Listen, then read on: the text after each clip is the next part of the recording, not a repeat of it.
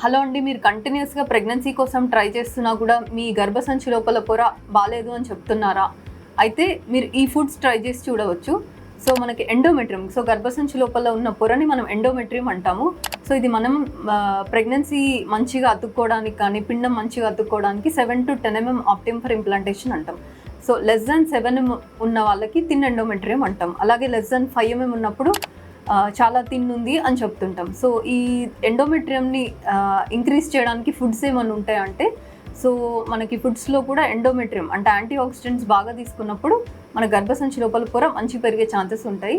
So మెయిన్గా మనకి టొమాటోలో కానీ వాటర్ మిలన్లో కానీ యాపిల్, అలాగే క్యారెట్, బీట్రూట్, లీఫీ వెజిటేబుల్స్ కానీ డ్రై ఫ్రూట్స్ కానీ, so healthy diet, healthy exercise, so బయట ఫుడ్స్ అవాయిడ్ చేయడం, సో ఇవి తీసుకున్నప్పుడు అలాగే ఫ్లాక్స్ సీడ్స్ కానీ వాటర్ మిలన్ సీడ్స్ కానీ ఇవి తీసుకున్నప్పుడు మనకి ఎండోమెట్రియం బూస్ట్ అయ్యే ఛాన్సెస్ ఉంటాయి. ఎండోమెట్రియం మన టాబ్లెట్స్తో పాటు ఫుడ్స్ కూడా తీసుకున్నప్పుడు ఎండోమెట్రియం బెటర్ వచ్చే ఛాన్సెస్ ఉంటాయి.